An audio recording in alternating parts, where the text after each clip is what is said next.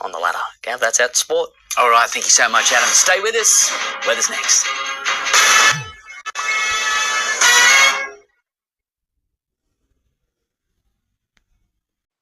Transform your home into a haven with cool, pure, clean air, creating a world of perfect comfort. Take your home to the next level with the air specialists.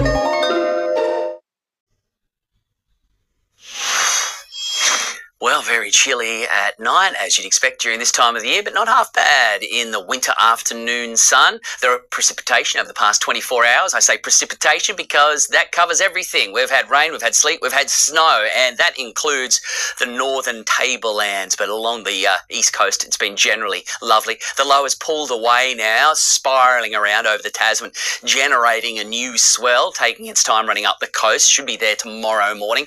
Generally clear across northern New South Wales, Queensland, the Territory, and most of WA. But there is a new little system, a low moving into the Bight, as our low off the coast just grinds away there. It's big and slow moving, so that'll maintain that westerly airflow, and it's drier as well. That makes the skies somewhat clear. Brisbane, sunny, 19. Sydney, not half bad tomorrow. The capital, -1 to 13. Right throughout the southeast, mid-teens on the way, and for Adelaide, 24. The Alice, 18 for Perth.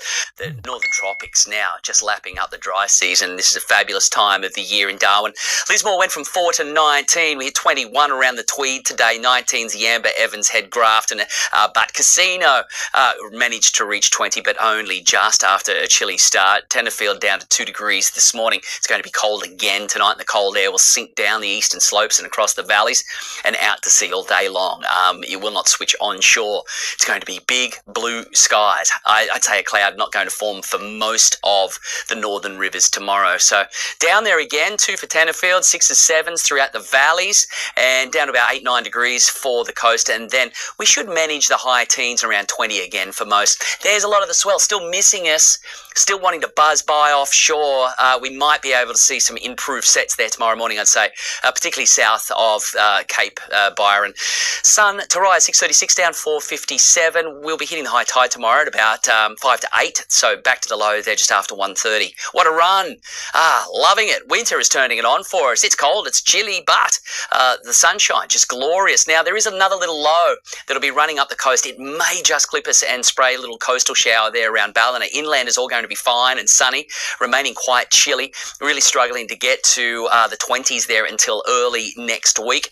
There's that shower potentially clipping Grafton and I'd say the Coffs Coast. So let's take a look at the swell. This is, pretty much how it's been. A little bit of swell still trickling in, trying to get in. We started to see some size start to run up the coast late this afternoon into this evening. So as I said, around the Coffs Coast, we should start to see some of the swell arrive, and maybe south of Cape Byron, but still struggling to see much of that swell reach our coastline throughout the far northeast, really from Byron up to the Tweed.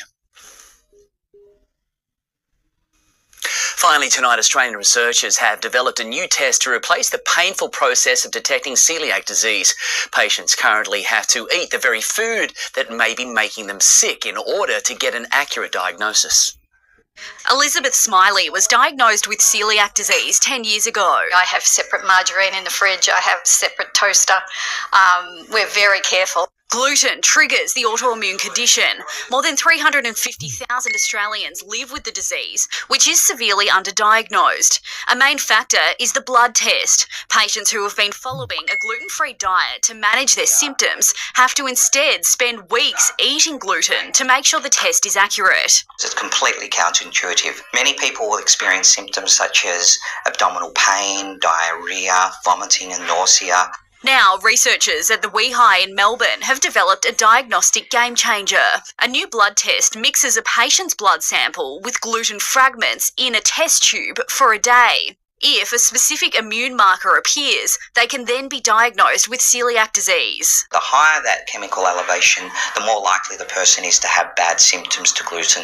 With no need for a biopsy to then confirm the diagnosis. It's hoped the new blood test will be available within 2 years. It would mean celiac patients can continue with their gluten-free diets without having to dread making themselves unwell just to get a diagnosis. As a trial participant, Elizabeth was found to have a different gastrointestinal disease, treatable with antibiotics. Life-changing for me and for everyone else in my family and friends, because they won't have to worry about me anymore when I come for a meal. Eliza Rugg, NBN News. That's our bulletin from all the NBN team. Good night.